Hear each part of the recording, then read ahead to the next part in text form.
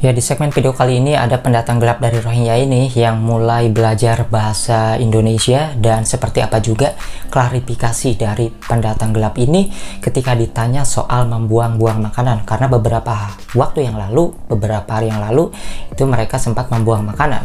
Jadi saat kapalnya ini mau bersandar turun tetapi ditolak oleh masyarakat Aceh, dan meskipun ditolak, masyarakat Indonesia tentunya sambil memberikan bantuan buat mereka makan di perjalanan untuk meneruskan ke negara lain ya.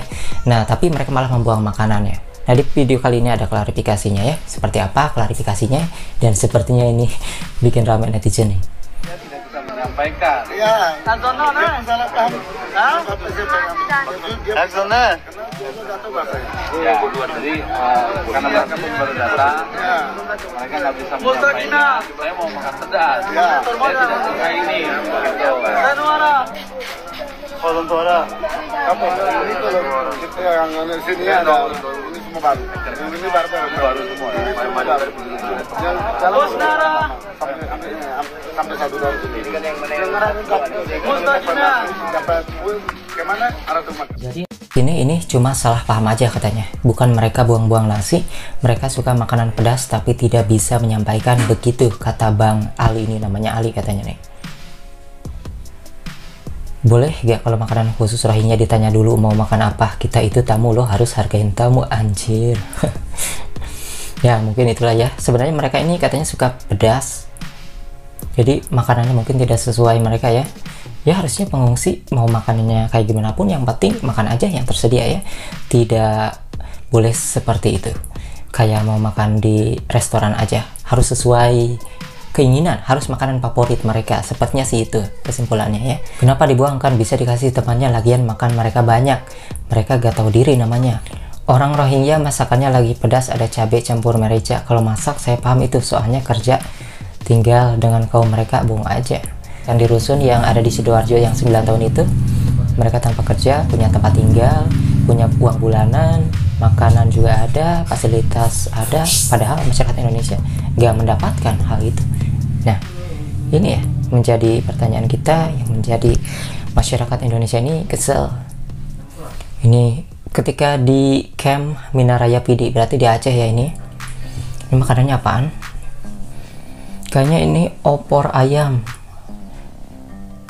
Dari ininya enak banget tuh kayaknya ya. Sampai merah gitu kuahnya.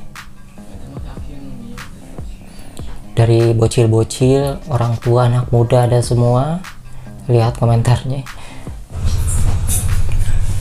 Ya sebenarnya masyarakat Indonesia juga semua kasihan sama mereka ya, tapi ya bantuannya cukup itu aja lah ya, makanan, tapi untuk tempat tinggal tidak gitu ya. Lagian kan UNHCR sendiri itu dananya dari internasional dong, sudah ada. Karena kalau misalnya kita gak bantu juga sebenarnya nggak apa-apa kan, itu sudah banyak uangnya tuh dari beberapa negara yang tanda tangan dengan UNHCR. Saya pun sempat heran ya di sini, kenapa UNHCR itu diamnya anggotanya ada di negara yang tidak tanda tangan dengan mereka. Kenapa mereka tidak ada di negara-negara yang tanda tangan dengan UNHCR? Nah inilah yang membuat gemes banget. Enak ya jadi mereka. BTW itu porsi aku makan 3 kali sehari loh, banyak bener itu. Ya, opor ayam, nasinya juga banyak. Saya pun tidak banyak seperti itu makannya. Mereka ini capek di perjalanan sehingga makan banyak, atau emang keseharian mereka makannya ya banyak guys. Kemudian di sini juga ada warga Rohingya sedang belajar bahasa Indonesia di camp Minaraya PD. Jadi akun ini dikomentari netizen ya. Aceh jiwa kemanusiaannya gak diragukan lagi, nanti kalau kenapa kedepannya tanggung sendiri ya. Ya jadi tidak bisa menyalahkan masyarakat Aceh juga, karena di masyarakat Aceh sendiri ada yang menampung, ada yang menolak. Jadi tidak seluruhnya gitu ya.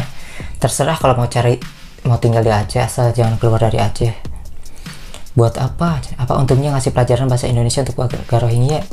Ini videonya diunggah oleh salah satu akun dari Aceh, dan video ini 5 hari yang lalu. Entah video ini adalah video lama atau video baru, tapi diunggahnya sih baru guys. Ini belajar bahasa Indonesia ya, kita dengarkan suaranya seperti apa.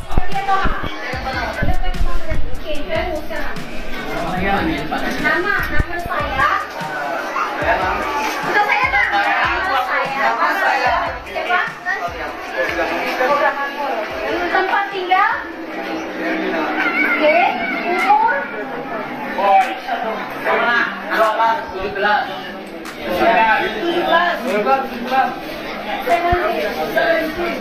Yang menjadi pertanyaanku, kira apa tujuannya mengajari mereka bahasa Indonesia? Kan mereka sementara di Indonesia gitu. Oke lah, boleh belajar bahasa Indonesia, tapi kenapa diajarin? Lagian mereka kan nggak akan bertahan lama di Indonesia.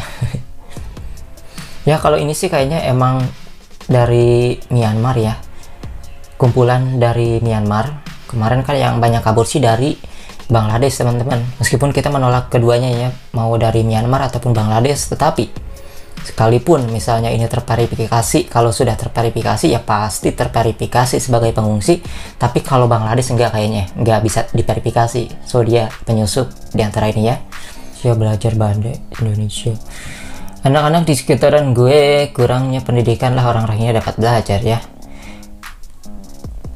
Calon PNS semua, terima kasih kakak untuk kakak belajar. Apaan sih ini ya?